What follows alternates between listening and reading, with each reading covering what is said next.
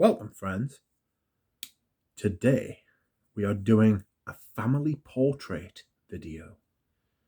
Wow. And the house in question is a niche house. And I have a lot, and I mean a lot, of perfumes by this house. And I love this house. It is the house I first smelled my first niche fragrance from, the first niche fragrance I bought, and my reference for niche perfume is this house. I refer every niche perfume I buy now to this house, for better or for worse. And the house in question is Serge Lutens. Serge Lutens. I have got many Serge Lutens fragrances, mostly in the old presentation, the little 50ml sleek bottles, but I've got 3 in the new presentation, in the Graziels. I don't like the newer presentations. The Graziels are all right, but the newer standard bottles, that's not what Serge Lutens should be. I'm not a big fan. I do try to hold these things, pick them all up, because they are only 50ml bottles, and you can go through them easily if you're not careful. But we shall start, and we shall start at the beginning. This was the first niche fragrance I ever bought, and I love it. And it is a reference perfume for me. This will probably still get in my top 5 perfumes of all time. It is Ambre Sultan. The perfumer is Christopher Sheldrake, who is as near to an in-house perfumer as you can get for Serge Lutens. There are a couple of perfumes that have been made for Serge Lutens that aren't by him. Maurice Roussel made a couple for him. Maybe Dominic Ropion. Maybe. I might be clutching at straws there. But mostly, and I'm talking 99% of the fragrances by Serge Lutens are made by Christopher Sheldrake. Now, Ambre Sultan is the first time I smelled a niche fragrance, and the first time I sort of I can remember where I was. I can remember who I was talking to. The sales associate was called Jonathan. He took us over to the Serge Lutens. He was like, "Have you ever smelled these before?" And I was like, "No." I was like, "Serge Lutens, he's mental." And he is. He's crazy. But in a good way. Bloke's a genius. He thinks and talks in ways that I don't understand. But I know what he produces, and I know how good it is. I'm just wiping the fingerprints off me Santos. Sorry, Eugene. And I smelled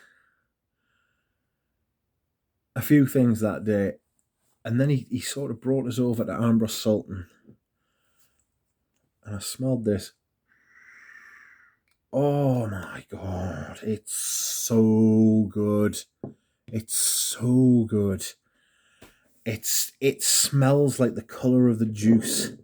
You know, that deep, dark, thick, rich amber. You know, it smells exactly how you think a fragrance that came in this bottle with this cap, with the sleek design, with how it feels in the hand. It fits perfectly in the hand. It's so classy, which is one of the reasons I don't like the newer bottles. They're much more thick and heavy, you know. And I like a heavy glass. I like a heavy glass bottle. I like thick glass, but not the Serge Lutens one. The Serge Lutens ones are delicate, and they're sleek, and they're chic.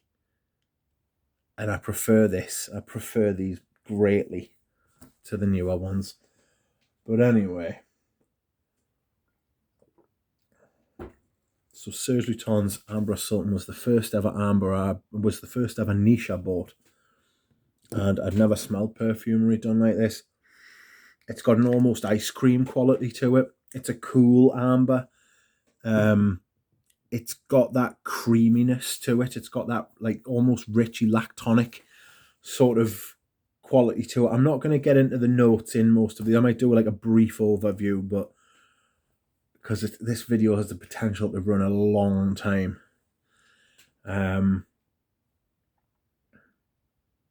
But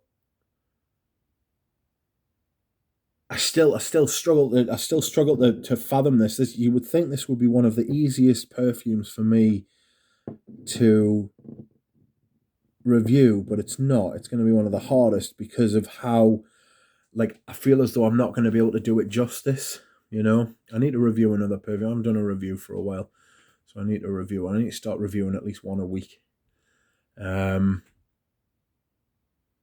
This is an absolutely fantastic perfume. It's creamy, it's ambery, it's warm, it's got a lightness, it lasts forever. I once sprayed it on a woolly jumper I had and I could still smell it 3 months later after multiple washes. Insanity. It obviously just got into the fibres and stuff like that, but what a perfume. And this is still one of, if not my favourite from the house. I've got quite a few favourites, actually, so I find it harder to say that now, but just for sentimental value, it's right up there. And that's Ambre Sultan. Next, I'm just going to pick these out at random. Next, this is Vitriol Dualette. This is a carnation fragrance, and it's absolutely lovely. It is like almost got that spicy sort of, it's got a spicy freshness about it. I want to spray it and wear it now. As you can see, I've done a bit of damage to this with the layout. I mean, these are 50ml bottles, remember. The ones with the black labels were a bit more expensive. They were a little bit more exclusive. But I didn't mind that at all. Excuse me whilst I hydrate. I don't think they were the Paris exclusives or anything like that, but they were in like a higher line, you know? They were in a different line. It's always been very difficult to ascertain what lines Serge Lutens has. He changes them all the time, and like they're very ethereal, and sometimes they've got a certain perfume in, and sometimes they don't have a certain perfume in, and then you're like, oh God, it's very hard to pick up. But this one, I really love it. It's got I don't know if you can see the colour of the juice. It's like an off lilac, like a very, very faint sort of lilac colour.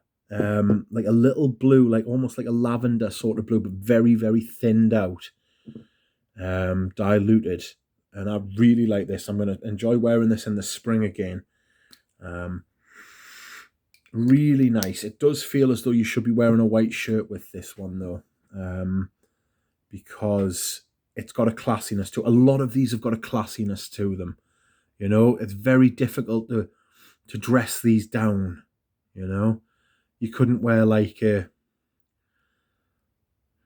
I don't know. I mean, you can wear perfume whenever you want with whatever you want, but this is not an easy house to dress down. So this is a carnation spicy fragrance.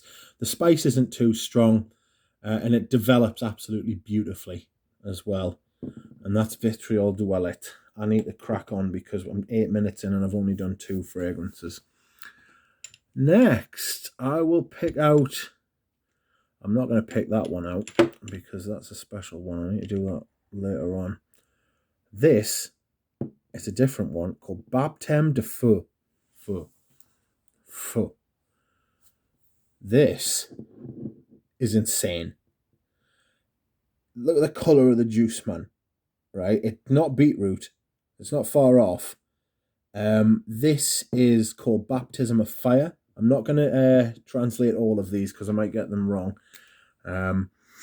This is a difficult fragrance to wear. It's like hot iron and ginger and biscuit. It's got a gingerbread note, but it's got a hot iron note. It's almost fresh, but it's also got castoreum in it. You know, I'm sure it's got a steam note as well. So strange. It's got an orange note in it. It works, but it's bonkers. Ben from Talk and Sense did a great review of this. So if you want to search that out, I would. This is absolutely insane. I find it very difficult to wear. It's one of, if not the most difficult perfume to wear in my collection. And I've got some insane stuff. But I find this very, very hard to wear. Try at your, well, just exercise your judgment. Blind buying this, I wouldn't advise. But that said, I've got a couple of bottles of it, you know. So there we are. Next, what shall I pull out? Aha! A spring and summertime banger.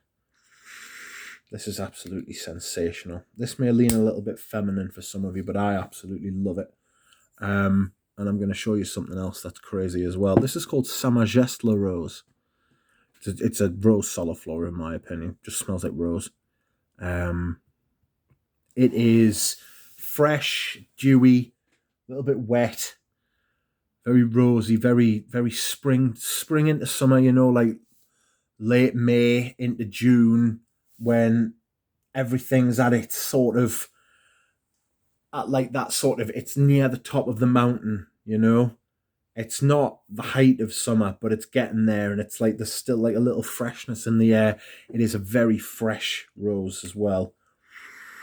I absolutely love it. This is fantastic. And I wear this, you could wear this out to like a garden party or something like that. You'd probably get hassled by the insects or like the bees and stuff like that trying to pollinate with you. Excuse me whilst I hydrate. That cheers you up. It's a very cheerful fragrance, that Majestical Rose. On a side note, I also have this. This is Sa Majesté la Rose, but it's an earlier bottle. You may be thinking, what's this? It looks like a body product. Well, it sort of is, but it isn't. This is something they released. I don't think you can see that, can you? No, there's no point. This is something they released in 2007, and it was only out for like 6 months. And it is Sa Majesté la Rose, but without, and it is a perfume, but it's without alcohol, sans alcohol.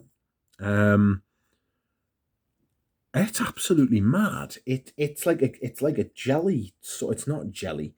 It's runny, but it's very oily. And it smells even more floral. You know, it smells extremely floral. That smells like a florist's, but as if the florist only had like roses in. You know, it smells like the water, you know, like the green water that's in florists. You know, they put the water in the vase, and the water sort of like keeps the flowers alive and keeps them looking fresh, but it also takes on like that green sort of smell. And this only ran for a while. This is a real sort of like, I don't want to say hidden gem, because there was a reason it didn't sort of take off, but it's an oddity in my collection. Oh, it's beautiful though. Absolutely stunning. I imagine you could probably put that in your bath and you'd stink of it all day. So yes, that's Sa Majesté la Rose, a beautiful rose fragrance, one of the best. Next we will go with this. Everyone knows what this is. 5 o'clock au gingembre. This is tea and a biscuit at 5 o'clock. Serge Lutens' take on the English pastime of... Oh, sorry about that. Has the camera completely had a fart there? Sorry about that. Oh, it's not enjoying that either, is it? There you go. 5 o'clock au gingembre. Work? Oh, wait. There you go. Oh, no, you don't. Oh, well, it doesn't like that. Anyway, so 5 o'clock au gingembre. Tea and a biscuit, and that's what it smells like. It's a great tea fragrance. People compare this to Tea for Two by L'Artisan. I actually prefer this. The biscuit aspect gives it like a dark, don't expect the texture of biscuit, but sort of expect more like the darkness, you know, like compared with the tea.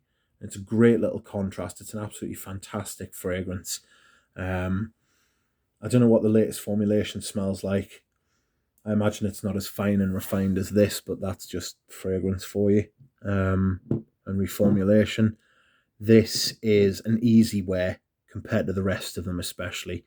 Serge Lutens isn't an easy wear house, you know, but this is an easier wear as a fragrance. It is. It reminds us a little bit of the tea from Gucci Pour Homme 2. I really like a tea fragrance because it's got that darkness and it's got that freshness, like a fresh darkness. I really like tea in that respect. But yeah, that's 5 o'clock au gingembre. Next I will pull out Un Bois Vanille. Un Bois Vanille. This is fantastic. This is a non-gloopy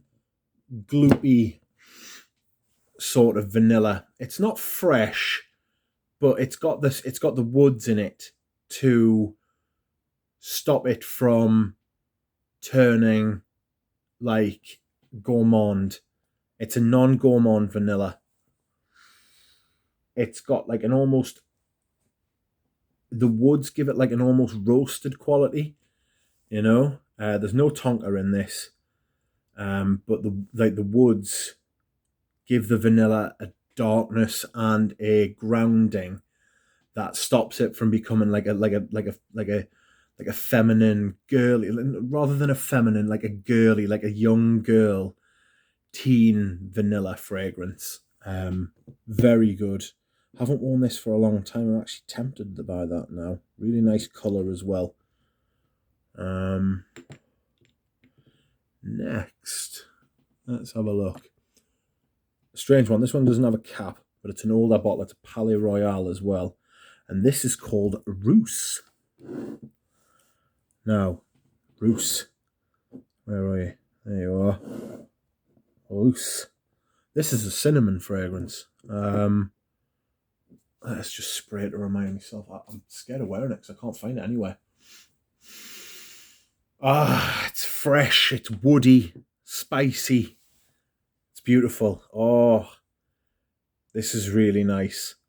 Let's put a massive smile on my face. Very hard to find. I don't know if they still make it or if it's been discontinued, but it is beautiful. Is it chocolate? No. But it's got that sort of dusty sort of like quality as well, but fresh and not at all cloying. That's absolutely fantastic. Next, we have a fragrance I used to wear every Christmas until I changed it. This is cloying on me, I must admit. This is Arabie by Serge Lutens. Absolutely beautiful. Excuse me whilst I hydrate again. Absolutely stunning fragrance. But hard to wear because of how sweet it is, and it does get sweet. It smells like Christmas cake. It's got fruits, dates, cake mix, all that sort of thing about it, you know, like imagine a liqueur without the alcohol. Sounds like just a strange thing to say, but like a liqueur without the alcohol. It's got that sort of vibe about it. It's got the dried fruits. It's got that sweet mix. And I used to wear this every Christmas day. But never any other day either. I never reach for this. It's a very tough fragrance to wear. I need to come to terms with it and start wearing it a bit more, I think. That would go down. That would go down well. Next, I will do a couple of the Graziel. This is Borneo 1834. This is fantastic. Came out in 2004, 2005. I wanted one of the older presentations, but this was the only one I could find. I got this cheap as well. This was a really good price. It was almost half price. on a discounter in Britain, so I decided to buy it. And it is similar to Coromandel. I'll do a comparison. Same perfumer, of course, the big patchouli. It's a big, big patchouli, but Coromandel's got like white chocolate in it. So there's a difference there, but this has got, what else is in this? It's got a leather note in it. Smell. No, I don't think so, but it's got that sort of lactonic sort of vibe as well. Christopher Sheldrake worked on this and Coromandel for a while. You can tell as well. He must have had that accord going on for a while. He put this out early and then he got his job at Chanel. I say early, so this, like, I think Coromandel was 2007, 2006. This was 2005, I think, or around that time. So you can see he's thinking and how he's taken one and used it for another, but apparently that's commonplace in perfume. Next, I will do Fumerie Turque. This is a good fragrance. I struggle with it a little bit because of how sweet it is and how I wish I'd got the older bottle because I can imagine it being a lot more defined and refined, but it has got that sort of tobacco, flavoured tobacco, like scented or flavoured tobacco that you get in,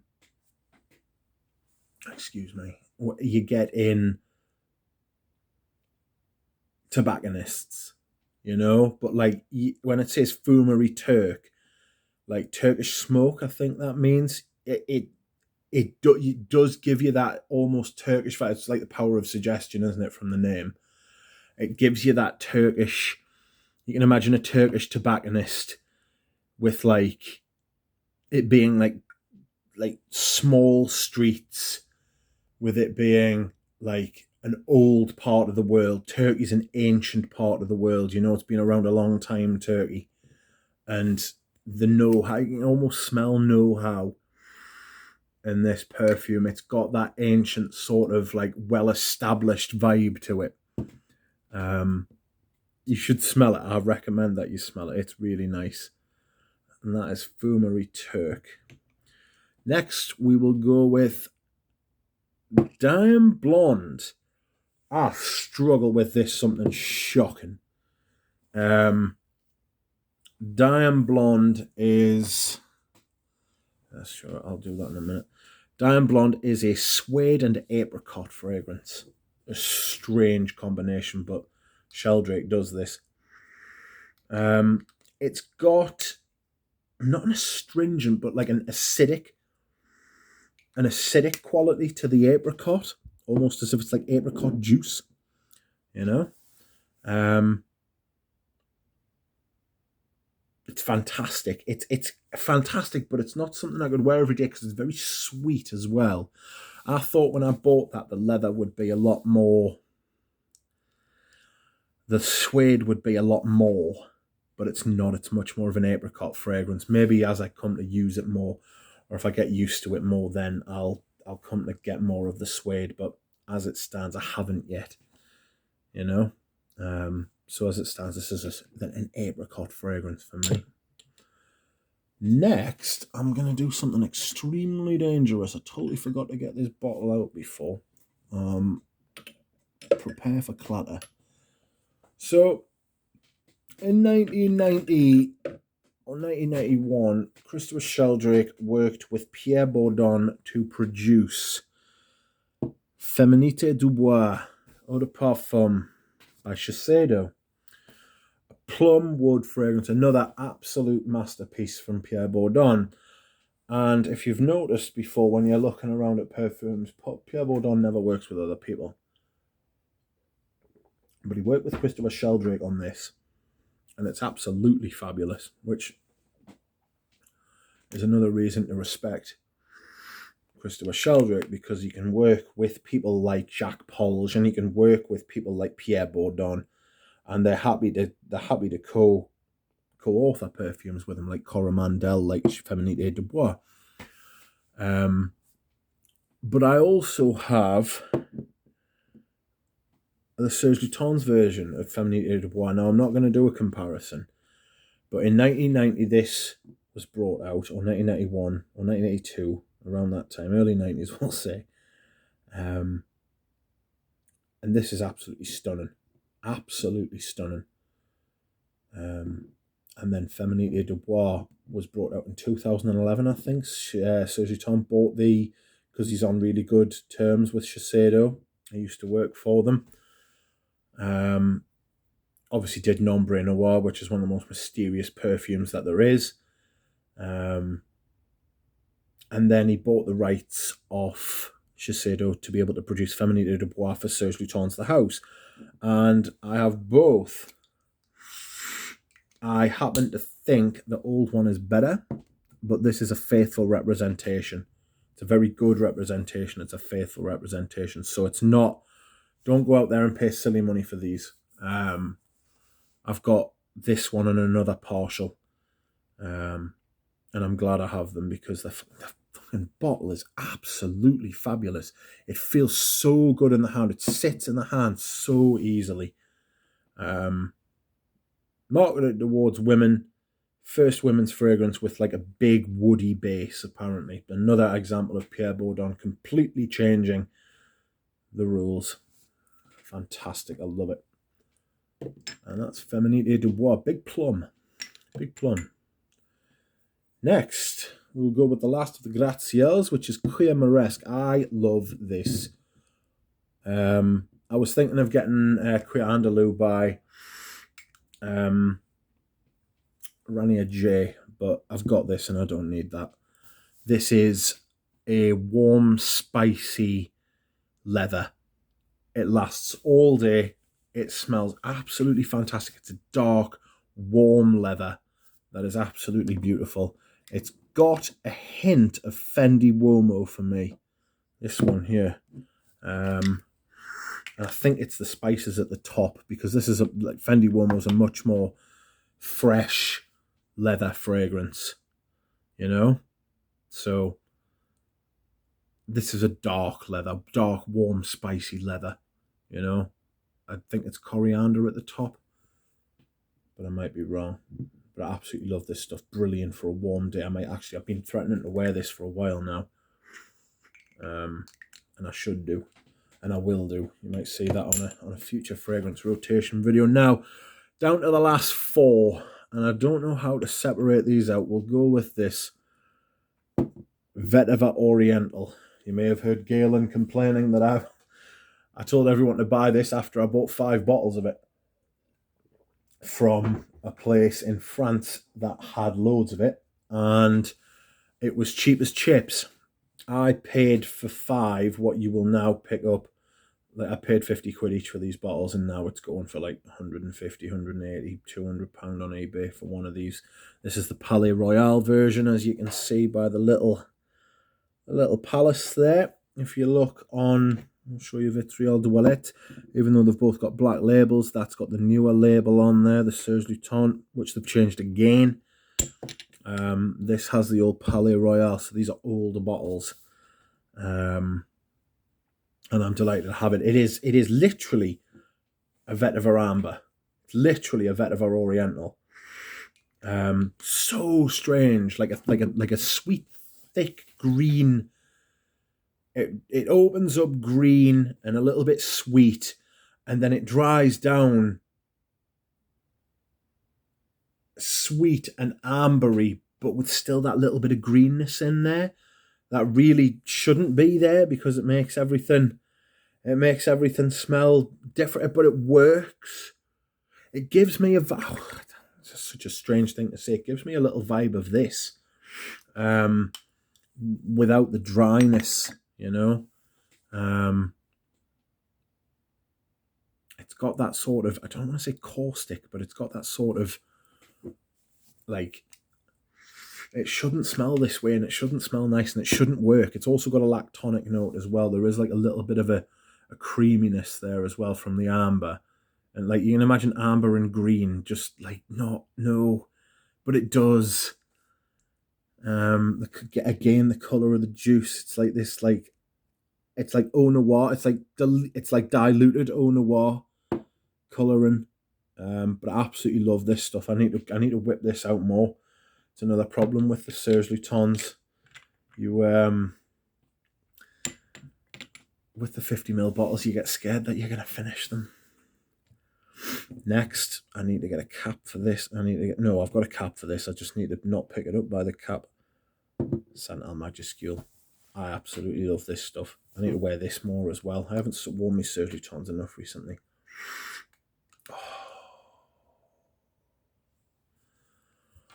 It's like Egoist, which I'm wearing today actually, but with the sandalwood amped up and drier with a bit of rose. This has only got 3 stated notes. Before 3 stated notes was the chic thing to do. Serge Lutens setting the tone again. Cocoa, rose, and sandalwood. Now, I don't think that's all that's going on here, but it's fucking magnificent. Like, it's so... Do I want to say aristocratic? I don't know that I do want to say aristocratic, but it's exclusive and excluding. If you wear that, people will know you are serious. People will know that you are... This is like an actual boss fragrance, but like the top, but like the owner of the company. Somebody who so powerfully doesn't have to concern himself with like the day-to-day sort of running of things, you know? Real life worries aren't a thing for this person. But they've got age as well, you know? Someone who sits on a green punched leather sofa, you know? This stuff is absolutely boss. Oh, it's so good. So, down to the last 2. Next, I'll pick a fragrance I believe I have reviewed, and this is Chergui. Everyone knows about Chergui. I don't need to tell you anything else about Chergui. Sorry for the fucking fingerprints, Eugene. You get some white gloves, like the snooker people use. The colour of it, man. That's actually like a purpley brown, like a maroon, like a pitch black maroon. Tobacco Iris Hay. Fantastic. The hype is real, or was real. Once again, I must hydrate. Excuse me. It's a superior fragrance to most fragrances out there. This is another niche fragrance that will, like one of my earliest ones that I picked up years ago. It's fantastic. And I rate it very highly. I suggest you try it. And lastly, but certainly not least, is a fragrance you will see going for batty money, scatty money on eBay, and it's not worth it, but it is absolutely amazing. And that is Fille Aiguilles. It is brilliant, genius. Pine needles, sap, amber, Christmas tree. Fresh, dark. Smells like the woods, you know, like a pine forest, but like all the trees are like dripping with sap. And it is one of the most sought after fragrances and one of the most incredibly inflated price fragrances you will see. There are bottles of this sealed on eBay. There is a bottle of this sealed on eBay for £300, down from £350. I hope nobody pays it. If you pay that, you're a fucking pervert. Don't do it. Don't feed the beast. Right? I thought I had to overpay for a sealed bottle. I actually got a partial. This is a partial I bought off someone. Hello, Christopher, if you're still watching. And I appreciated that greatly because he didn't rip my eyes out. This is not a fragrance I would ever sell. I love it. It's so... it just smells like woody, piney, sappy, resinous. And I love it. And the name's Fille and Aiguilles. There's nothing feminine about this. Totally unisex. This is the thing about Serge Lutens as well. All of them are totally unisex. You can wear any of them. I don't think I'm going to be able to get all of these in a single shot. Sorry about that. Bit of a shock there, wasn't it? I'll just give you a little slap. See if you're still awake. No, I'm not even going to try. So yes, I shall leave you with this. I might do a top 10, because I could do a top 10 and leave some out of my favourite Serge Lutens fragrances. That's not a bad idea, is it? So yes, I hope you've enjoyed this video. I've enjoyed talking about them. I haven't had my Serge Lutens out. I feel like I've neglected Serge for a while. Sort of vaulted him a little bit because I don't want to run out of these. I don't want to use them up. I've been using other things. You know, I want to save these for posterity. I want to keep these for as long as I can. But yes, I shall endeavour to wear these more. Thank you very much for watching. The video has run just over 35 minutes. I hope to see you again soon with another video. Goodbye.